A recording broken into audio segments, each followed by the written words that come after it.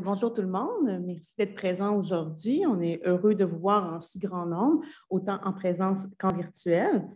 Donc, je vais commencer. Monsieur Maxime Blanchette-Jonca, député de Rimouski-Négette, Témiscouata-les-Basques. Monsieur François Deschaines, recteur de l'UQAR.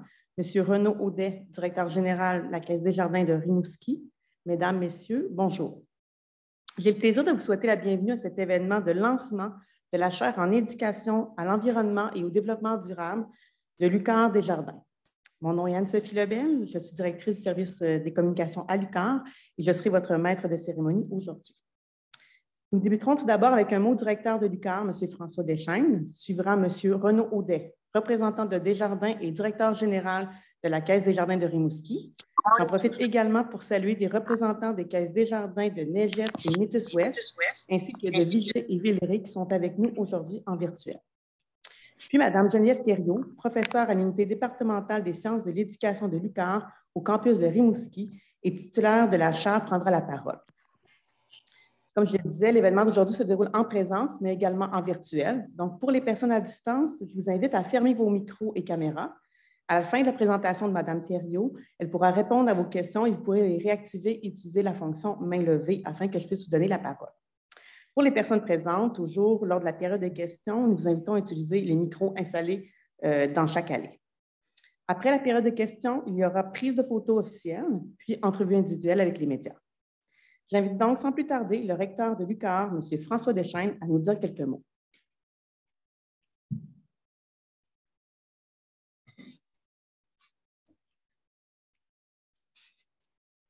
Merci Anne-Sophie. Monsieur Blanchette-Jonca, Monsieur Audet, Madame Thériault, chers collègues de l'UQAR, parents et amis, représentants des médias, merci d'être là aujourd'hui. C'est quand même un retour en présence. On n'a pas souvent des annonces en présence, donc on apprécie beaucoup de pouvoir vous revoir. Et on apprécie aussi la place de la technologie, ce qui permet à des gens aussi d'être à distance et de participer à l'événement. Donc, je pense que ça fait un bon mariage aujourd'hui. On est réunis pour une belle annonce, une annonce qui est le fruit d'un partenariat entre l'UQAR et Desjardins. Il faut dire que l'UQAR et Desjardins sont des partenaires de longue date. Vous le savez, ces deux entités qui sont installées dans la région ici, mais qui sont installées à la grandeur du Québec depuis des décennies. Elles contribuent à leur façon au développement des régions dans lesquelles elles sont implantées. Ce qu'on a aujourd'hui comme résultat, mais en fait, c'est un mariage entre le pouvoir de la coopération, l'importance de la jeunesse, le souci des enjeux sociétaux, environnementaux et du développement durable.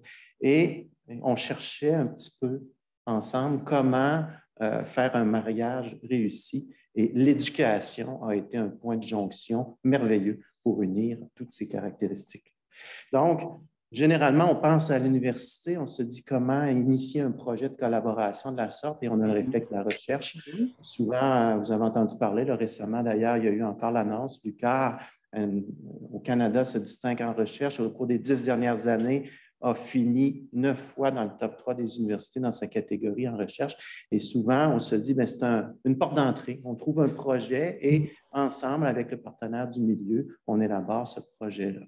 Mais l'université a une mission qui est aussi très riche. Ce n'est pas que la dimension recherche, il y a la dimension formation, qui est l'autre volet très important, et il y a tout ce qui est ce qu'on appelle des services à la collectivité.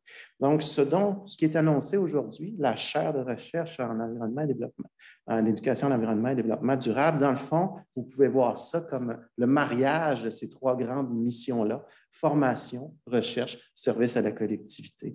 Et pourquoi? C'est parce qu'en faisant une chaire de la sorte, une chaire qui sera arrimée à travers les enjeux recherche avec le développement durable, l'environnement, mais transférera ses savoirs, accompagnera les futurs enseignants à travers la formation et ira jusqu'à l'implication des élèves dans les salles de classe. Donc, vous voyez, quand on parlait du volet formation, du volet recherche, service à la collectivité, et tout ça, c'est possible grâce à cette chaire qui est annoncée aujourd'hui.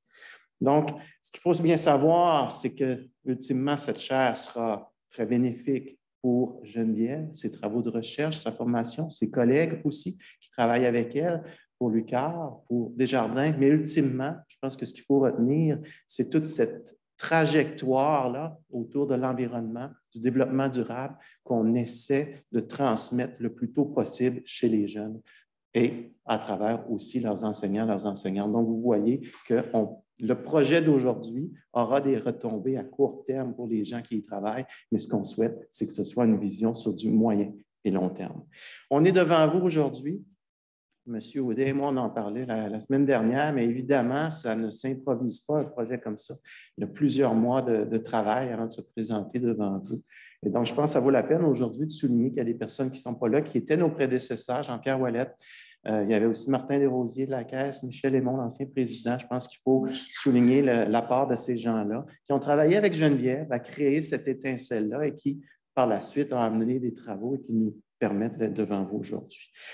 Merci aussi à tous ceux qui y ont contribué. Je pense aux collègues de l'UQAR, au décanat de la recherche. Je vois Luciano, il y a Guillaume aussi, je ne sais pas s'il est là aujourd'hui. Et évidemment, un merci particulier, la Fondation de l'UQAR qui nous accompagne dans ces projets. Vous voyez l'importance d'une fondation universitaire pour soutenir, accompagner les projets, nous amener ailleurs, réaliser des projets des fois qu'on rêve et donc convertir le rêve en la réalité. Donc, merci à Julie et à son équipe.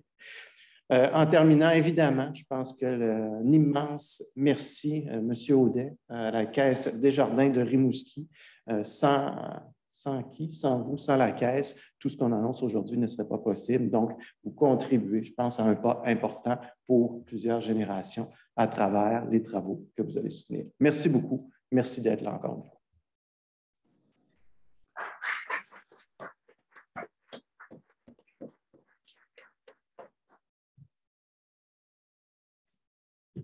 Merci beaucoup, M. Desslin. J'invite maintenant M. Renaud Audet, directeur général de la Caisse Desjardins de Rimouski, à prendre la parole.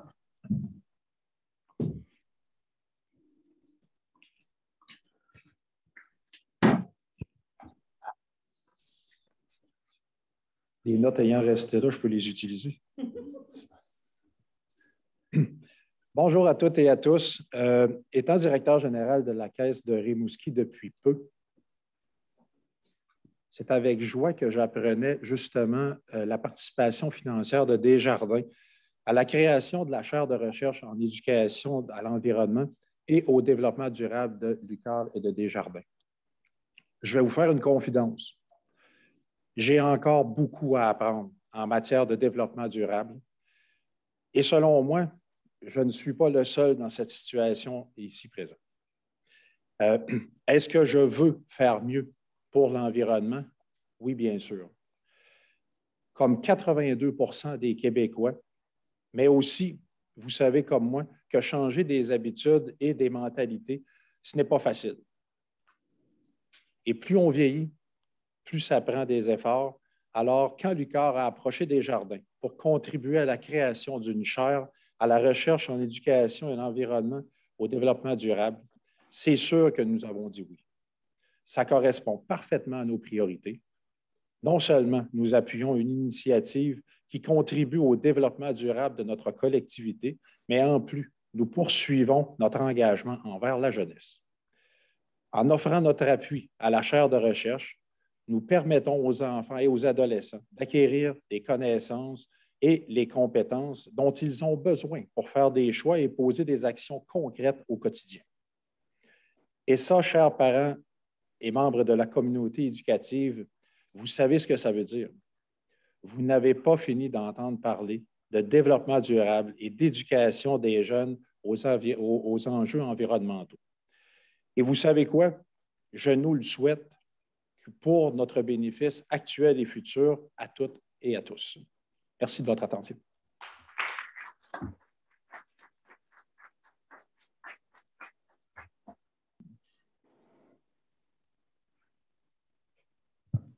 Merci, M. Audet. J'ai le plaisir maintenant de vous présenter la titulaire de la chaire en éducation à l'environnement et au développement durable, professeure à l'unité départementale des sciences de l'éducation de l'UQAR au campus de Rimouski depuis 2009. Geneviève Thériault est titulaire d'un doctorat en éducation de l'UQAR-UQAM et d'un postdoctorat en didactique de l'Université Laval. Elle mène des recherches en éducation à l'environnement et au développement durable depuis une quinzaine d'années. Elle est également chercheure régulière au Centre de recherche et d'intervention sur la réussite scolaire et au Centre de recherche en éducation et en formation relative à l'environnement et à l'éco-citoyenneté. J'invite maintenant Mme Thériault à prendre la parole et à nous présenter la chaire et sa programmation de recherche. Mme Thériault.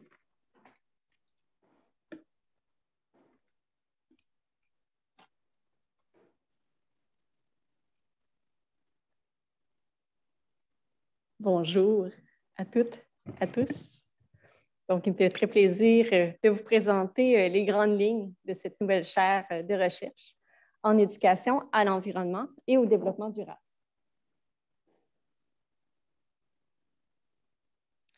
Alors, je vous présenterai brièvement la mission que s'est donnée cette chaire, les objectifs qu'elle compte poursuivre, les motivations qui sont derrière sa création. Je me présenterai rapidement. Je présenterai également l'équipe qui est en train de se constituer pour cette chaire. J'exposerai également les principaux axes des projets que l'on a réalisés par le passé et d'autres qui sont en cours ou à venir. Et pour terminer, je vous présenterai quelques vidéos qui ont été réalisées auprès de jeunes du début et de la fin du secondaire qu'on considère particulièrement inspirants.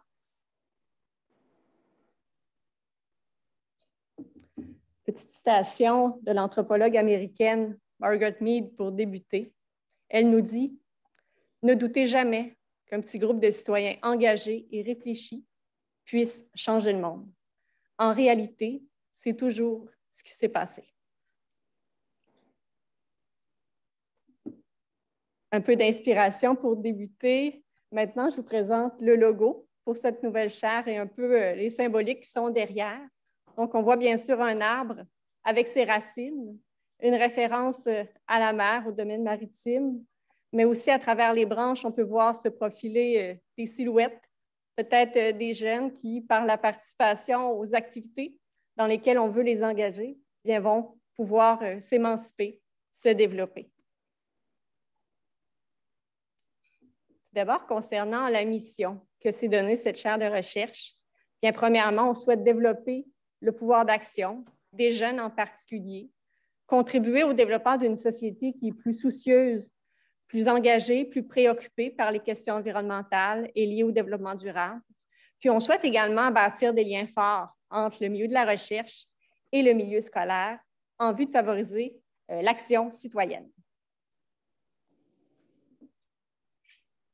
3 objectifs commencent à se dessiner pour cette chaire. Bien sûr, on souhaite développer le sentiment de pouvoir agir des jeunes par la participation à des activités éducatives originales, motivantes et stimulantes que l'on va être amené à faire vivre à des jeunes dans les écoles primaires et secondaires de la région, particulièrement dans la région ici, au Bas-Saint-Laurent, dans la région de Rimouski. Concevoir également des formations pour les enseignants, formation initiale à l'université, mais aussi la formation continue pour accompagner et mieux soutenir les enseignants dans la mise en œuvre d'initiatives en éducation à l'environnement. On peut se demander pourquoi il faut éduquer à l'environnement et au développement durable dans les écoles. Bien, vous le savez, il y a urgence d'agir devant une crise sociale, sanitaire, environnementale qui est sans précédent. Nous sommes face véritablement à des questions très complexes où il y a des incertitudes et des débats qui interpellent les citoyens, à commencer par les jeunes. Toutefois, dans les différentes études qui ont été menées, on a observé des sentiments de désespoir, de fatalisme, de désengagement, mais aussi de l'éco-anxiété, particulièrement chez les plus jeunes. Ce que l'on souhaite donc mettre en place, c'est une éducation à l'environnement, au développement durable qui est transformatrice, qui va encourager le développement d'un regard critique et analytique chez les élèves particulièrement, pour plus de réflexion, plus de réflexivité sur ces enjeux environnementaux. On veut aussi favoriser l'émergence de propositions d'action qui émanent, qui viennent des jeunes et qui utilisent en fait le paysage, la communauté, le territoire en tant que contexte d'apprentissage très riche pour faire de l'éducation à l'environnement dans les écoles. Permettez-moi de me présenter un peu plus personnellement. Donc, oui, je suis professeure ici en éducation depuis 2009, en formation pratique au secondaire. Mais à la base, je suis moi-même enseignante au secondaire en histoire et en éthique. Après un baccalauréat en enseignement secondaire, donc à l'UQAR, une maîtrise en éducation à l'UQAR, j'ai réalisé un doctorat en éducation à l'UQAR et à l'UQAM, supervisé par Léon Harvey et Philippe Jeannard, qui est ici avec nous. Et ensuite, j'ai réalisé un postdoctorat en didactique sous la supervision de Barbara Bader à l'Université Laval, qui est elle-même spécialisée en éducation à l'environnement. Depuis ce temps, donc, je réalise des recherches avec d'autres, avec Catherine, avec Émilie, avec Agnieszka, avec Barbara et d'autres. On réalise des recherches en éducation à l'environnement dans les écoles primaires, secondaires, particulièrement dans la région ici. Et aujourd'hui, j'ai le plaisir d'être la titulaire de cette nouvelle chaire de recherche en éducation à l'environnement et au développement durable, qui est supportée par l'UQAR, Desjardins, mais aussi la Fondation de l'UQAR, qui rend tout cela possible. Il y a une équipe de recherche autour de moi qui commence à se constituer. Bien sûr, je suis bien soutenue par deux de mes collègues qui sont ici. Émilie Morin, qui est professeure en formation pratique au primaire, qui est spécialisée en éducation au changement climatique, mais aussi par Catherine Simard, qui est professeure en didactique des sciences, spécialisée en éducation à la biodiversité. Et à distance, aujourd'hui avec nous, on a Agnieszka Jeriowski, qui est maîtresse de conférences à l'Université de Montpellier, en France, et qui est spécialisée en éducation à l'éco-citoyenneté. Donc, on travaille déjà ensemble à la réalisation de divers projets, puis peu à peu, d'autres personnes vont s'ajouter à notre équipe. D'autres chercheurs, mais aussi des étudiants de cycle supérieur, maîtrise, doctorat en éducation ou postdoctorat en éducation également, qui vont venir contribuer à cette chaire. Je vais vous présenter maintenant les axes, les projets qui commencent à se définir pour cette nouvelle chaire de recherche qui favorise une approche transformatrice et sociocritique de l'éducation à l'environnement. Donc, c'est vraiment une tempête d'idées qui montre en fait qu'on s'intéresse à différentes thématiques comme l'éducation au changement climatique, l'éducation à la biodiversité ou à l'éco-citoyenneté. Mais on veut aussi favoriser et renforcer les liens entre les milieux d'éducation formels et les milieux d'éducation non formels. Les milieux d'éducation non formels, ça renvoie aux parcs naturels, aux musées, aux organismes qui œuvrent en environnement et qui font de l'éducation à l'extérieur du cadre scolaire. Alors que le milieu formel, ça renvoie surtout aux écoles primaires et secondaires. On sait qu'il se déroule différentes initiatives de partenariat entre ces deux milieux-là, mais on veut les étudier, puis accompagner et soutenir la réalisation de projets pédagogiques entre ces deux contextes d'éducation. On souhaite également mettre en valeur, mettre en lumière différentes pratiques éducatives inspirantes. On sait que dans la région particulièrement, il y a beaucoup d'initiatives de jardins pédagogiques dans les écoles primaires, par exemple. On peut les mettre en valeur. Il y a aussi de l'éducation en plein air qui se fait de plus en plus, particulièrement dans le contexte actuel. On peut suivre et accompagner ces processus, ces démarches. On souhaite aussi étudier l'intégration de la philosophie pour enfants ou pour adolescents dans le contexte de l'éducation relative à l'environnement. On souhaite aussi, et c'est un peu l'expertise qu'on a développée au fil des années, développer des activités éducatives pour le milieu scolaire en tenant compte des besoins, mais aussi des contraintes des enseignants, autant au primaire qu'au secondaire, et en référence aux différentes matières scolaires, que ce soit par exemple les sciences et technologies ou l'univers social avec la géographie et l'histoire, ou alors dans une approche interdisciplinaire, donc qui croise différentes disciplines, autant au niveau secondaire que primaire. Puis nous, en tant que chercheurs, ce qu'on peut aller explorer, c'est d'en voir les retombées chez les apprenants, par exemple. Quels sont les apprentissages que ces jeunes-là ont pu faire? Est-ce qu'ils sont plus engagés, plus conscientisés après leur participation à de telles démarches éducatives? Donc, par nos outils méthodologiques et nos outils théoriques qu'on maîtrise, on est en mesure d'aller voir un peu les impacts de tout ça. Je vous présente brièvement maintenant des exemples de projets qui ont déjà été réalisés par le passé pour illustrer plus concrètement ce qu'on peut faire et je vous présenterai d'autres projets à venir. On a par exemple déjà réalisé avec des jeunes ici en 4e secondaire à Rimouski un projet interdisciplinaire sur la question des changements climatiques avec des jeunes. On a aussi réalisé en 5e secondaire un débat en classe avec des jeunes en éthique culture religieuse. Plus récemment, on a réalisé un autre projet interdisciplinaire en 4e secondaire avec un groupe d'élèves, mais en lien avec les enjeux associés au fleuve Saint-Laurent. Ce sont des exemples. Des projets futurs qu'on envisage, comme je le mentionnais tout à l'heure, on souhaite étudier la mise en œuvre de projets d'innovation pédagogique en partenariat entre les écoles, les organismes en environnement et l'université, nous, en tant que chercheurs. On souhaite initier les jeunes au travail des chercheurs, des sciences naturelles, des sciences de la mer ou des sciences humaines, impliquer les élèves dans des démarches éducatives qui vont être stimulantes, qui vont les amener à vouloir s'engager davantage, puis aussi mieux accompagner, soutenir les enseignants, mais aussi les éducateurs en environnement pour mener véritablement à des transformations pédagogiques. D'autres projets en cours menés par mes collègues Émilie et Catherine.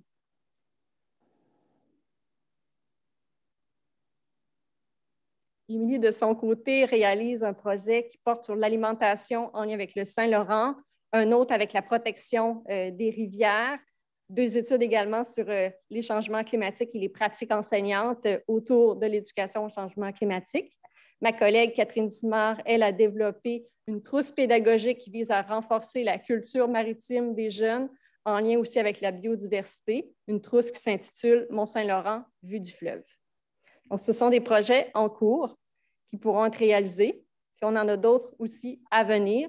Celui qui nous occupe le plus en ce moment, c'est un nouveau projet qu'on développe avec Agnieszka Jeriowski, un projet franco-québécois qui viserait à soutenir la création de projets d'innovation pédagogique en partenariat avec les milieux formels et les milieux non formels, ce qui ouvrirait à de belles collaborations, par exemple, entre les écoles, mais aussi les parcs naturels environnants, comme celui des Cévennes en Occitanie et le parc national d'Ibiq, ici, à Rimouski. Profiter de ce merveilleux contexte naturel que l'on a. Pour terminer, j'aimerais vous présenter quelques vidéos qui ont été réalisées auprès de deux jeunes. Une jeune de première secondaire, Louane, qui est avec nous aujourd'hui, puis une jeune de quatrième secondaire, Sarah-Jeanne. On les a questionnés un peu sur quelles sont leurs positions, leurs postures face aux questions environnementales, comment elles se positionnent par rapport à ça, puis qu'est-ce que fait l'école face à ces questions-là et comment elle se sent aussi face à ces enjeux. Pour vous présenter un peu, vous exposer un peu la philosophie qui est derrière la création de ces chaires, puis qu'est-ce qu'on a l'intention de mettre en valeur. Oui, je pense que je peux agir, mais avant tout, je pense que quand on est un enfant et qu'on essaie de parler de certaines problématiques, on est moins pris au sérieux qu'un adulte qui voudrait le faire.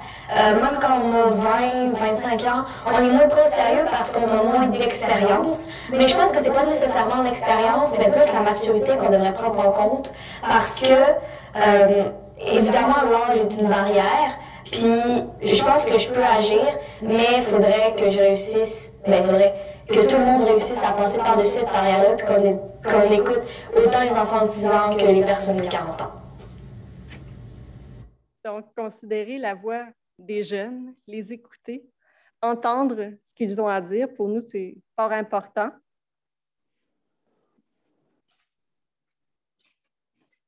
Dans cet autre extrait, Louane va nous parler d'un exemple de projet qui a été réalisé à l'école.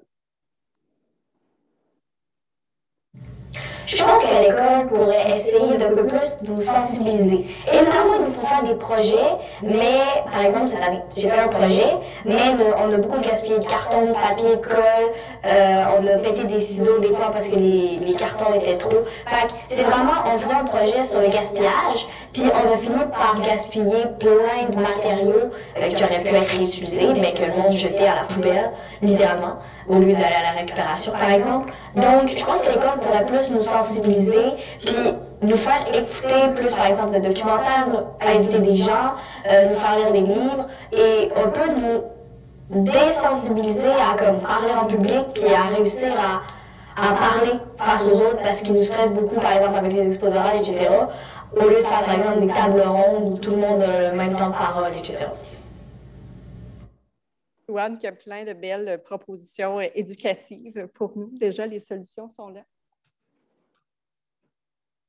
Maintenant, on a interrogé Sarah-Jeanne, qui est en 4e secondaire à l'école Paul Hubert de Rimouski, qui nous explique, entre autres, que pour elle, il serait important de miser sur le positif lorsqu'on traite des questions environnementales à l'école.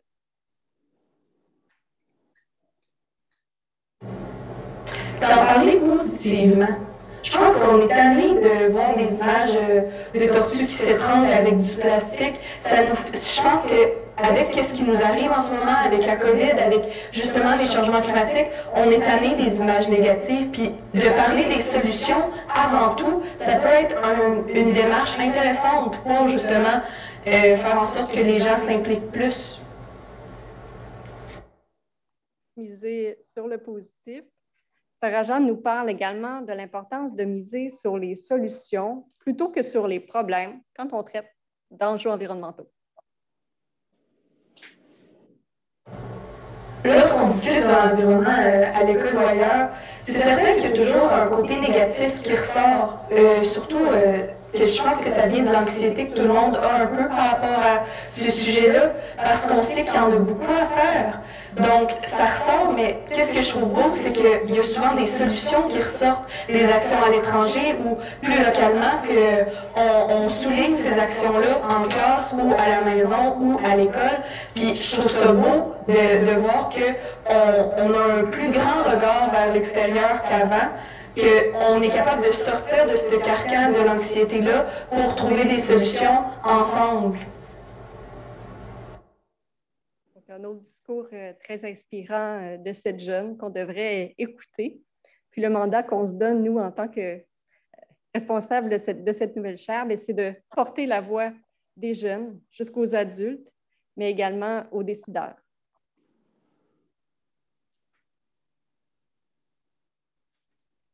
Pour terminer, une citation, je trouve particulièrement de circonstance, celle de Nelson Mandela, qui nous rappelle que l'éducation est l'arme la plus puissante que l'on puisse utiliser pour changer le monde. Il me semble que c'est particulièrement de circonstance. Alors, je vous remercie beaucoup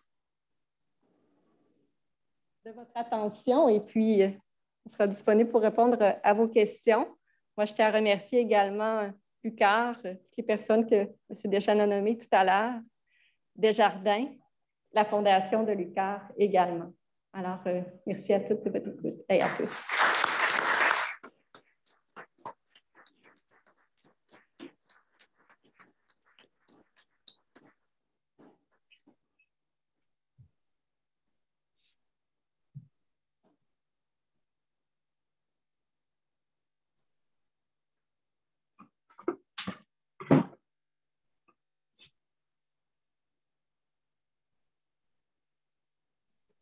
Donc, merci beaucoup pour cette présentation, Mme Thériault. Donc, nous allons maintenant procéder à la période de questions pour le sujet d'aujourd'hui. Alors, s'il y a des questions dans la salle, je vous invite à vous avancer au micro dans les allées. Pour les gens à distance, utilisez la fonction main levée. Je vais vous voir là, pour vous donner le droit de parole. Comme je le disais, par la suite, il y aura des entrevues individuelles sur le sujet.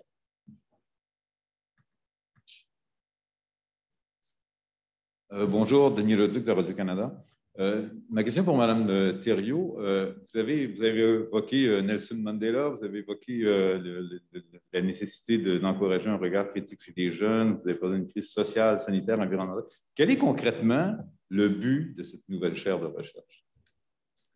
Ce qu'on veut, c'est que les jeunes se sentent plus écoutés et plus puissants, qu'ils sentent vraiment qu'ils peuvent faire une différence face aux questions environnementales, parce que dans les différentes recherches qui ont été menées, que nous, on a faites, mais que d'autres ont fait également, on voit que les jeunes ne se sentent pas vraiment entendus, compris, considérés dans la résolution des problématiques environnementales.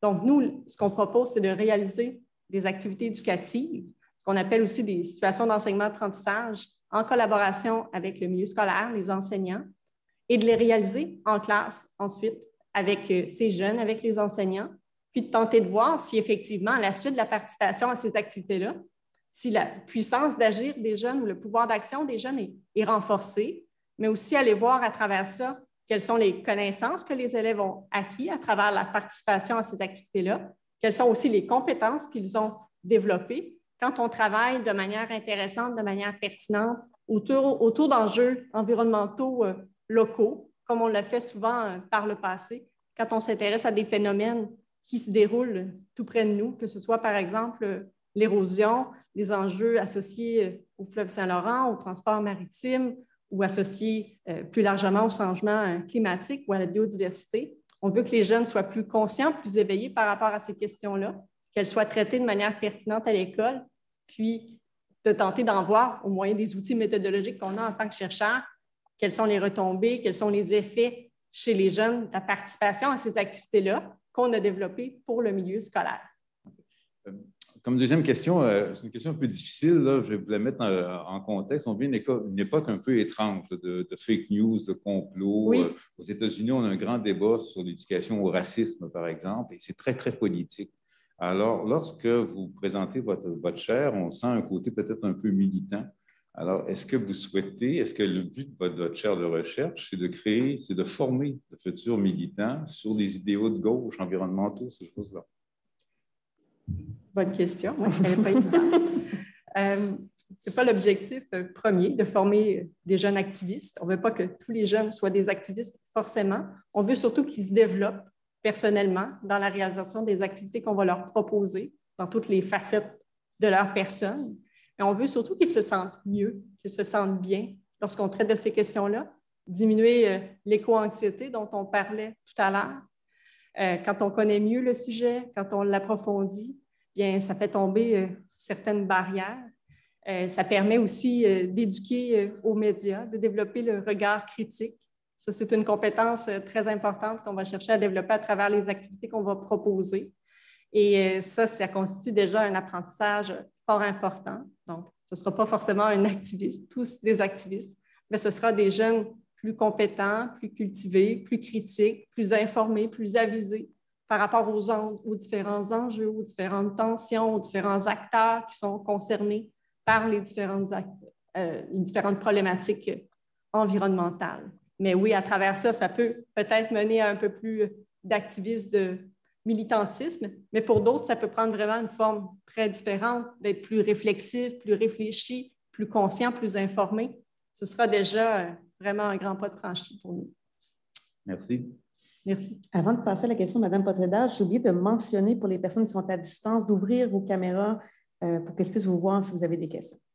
Donc, Mme Posadas. Bonjour, je m'appelle Patricia Posadas et j'ai enseigné très longtemps au collégial. Et dans votre exposé, vous avez parlé du primaire, du secondaire, puis de l'UQAR, de l'université, et le collégial n'était pas là.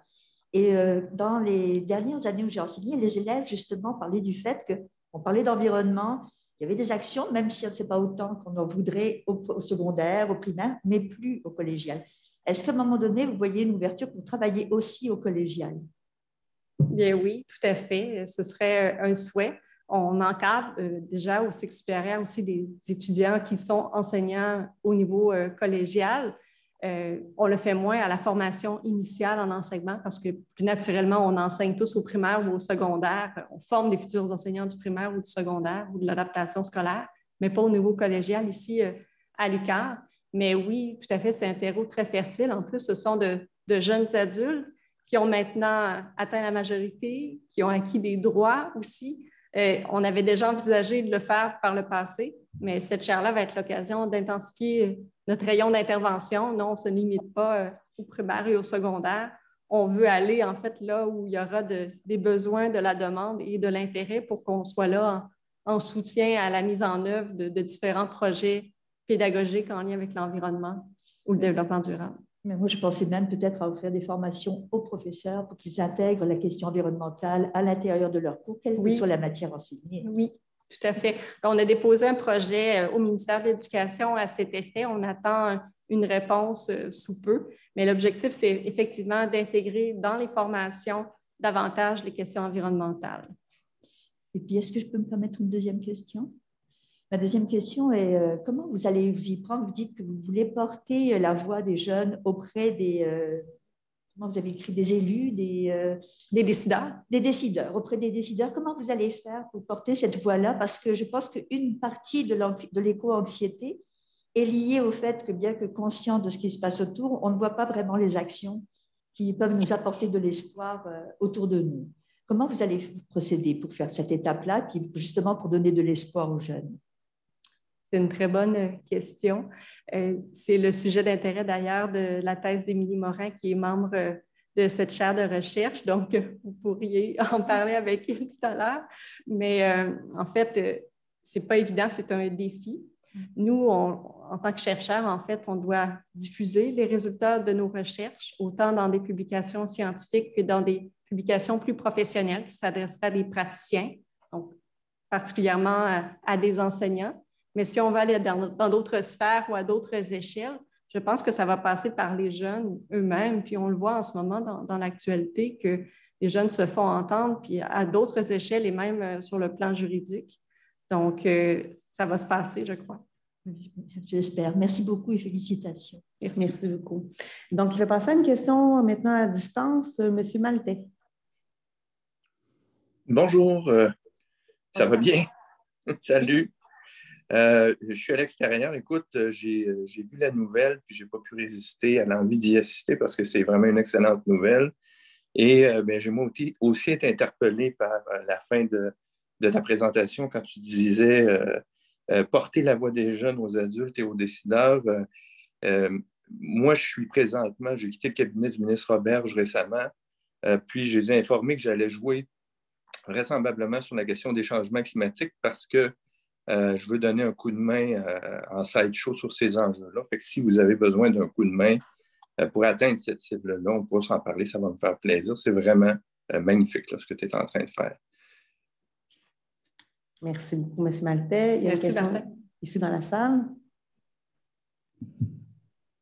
Bonjour, Sarah Charland-Fauché, je suis la directrice du Carrefour international Bas-Laurentien pour l'engagement social. Ça fait presque 20 ans qu'on existe, une bonne dizaine d'années qu'on fait de l'éducation relative à l'environnement puis à l'éco-citoyenneté, l'éducation transformatrice. Et je suis vraiment heureuse là, de tout le travail qui mène à la création de cette chaire-là aujourd'hui. Ma petite inquiétude en écoutant tout ça, ce n'est pas une inquiétude, mais une volonté, une demande. C'est justement, c'est comme dans la question du journaliste, je m'excuse, j'ai oublié votre nom. On parle d'une chaire qui est quelque part engagée. Pour moi, engagée, ce n'est pas péjoratif, ça n'en fait pas une chaire moins neutre dans ses résultats de recherche, mais c'est engagé à l'égard des problématiques que vit notre monde. Donc, on a des problématiques environnementales, on a des problématiques d'éco-anxiété, on a des problématiques de santé mentale, on a des immenses problématiques économiques reliées aux questions environnementales et sociales. Et on va aller chercher des pistes, des réponses, des façons d'agir au niveau éducatif. Et ça ne peut qu'être engagé parce que ça fait face à une problématique qu'on observe tous et toutes. Par rapport à ça, on est différents organismes d'éducation relative à l'environnement au Bas-Saint-Laurent. Il n'y en a pas des tonnes, mais on est très peu concertés. On travaille très peu avec on travaille avec les écoles, évidemment. Là, nous, on est dans les écoles primaires, les écoles secondaires, on est au cégep à l'université. Mais on travaille très peu ensemble, évidemment par manque de moyens principalement. Vous avez accès tout d'un coup à beaucoup plus de moyens. L'université en soi, même avant d'être une chaire, a beaucoup plus de moyens que les organismes de la société civile. Est-ce qu'on va pouvoir compter sur cette chaire-là pour jouer ce rôle-là de décloisonner un peu, d'être en... Comment on appelle ça, en service aux collectivités aussi, dans le fond, de tous ces organismes-là qui ont développé une expertise, des guides pédagogiques, des ateliers en classe, des évaluations de ce qu'on fait depuis des années. Est-ce que cette chaire-là va pouvoir mettre ça dans ses priorités, en fait, de travailler avec le milieu qui fait déjà ce travail-là? Merci. Merci pour cette intervention très pertinente. Donc, oui, tout à fait, c'est l'objectif. C'est fait partie un peu même un des projets qu'on est en train d'amorcer cet hiver, là, de favoriser le partenariat entre le milieu non formel et le milieu formel. On se rend compte qu'effectivement, au Québec, il n'y a pas vraiment un seul réseau qui fédère les différentes initiatives en éducation en environnement. Contrairement à ce qu'on peut voir, par exemple, en France, ma collègue Anishka semblait dire qu'il y avait vraiment des réseaux où toutes ces associations-là se parlaient. Donc, on pourrait s'inspirer de ces modèles-là, mais oui, j'aimerais bien qu'on puisse effectivement tous être à une même table puis pouvoir se concerter, travailler de manière complémentaire, partager différents projets puis pouvoir les mener à bien ensemble. Tout à fait. Donc, merci beaucoup pour vos interventions aujourd'hui. Donc, on va maintenant procéder à la prise de photos officielles et aux entrevues individuelles. Et avant de procéder, je veux vraiment vous remercier pour votre présence, autant à distance qu'en personne. Donc, merci d'être venu. Merci beaucoup.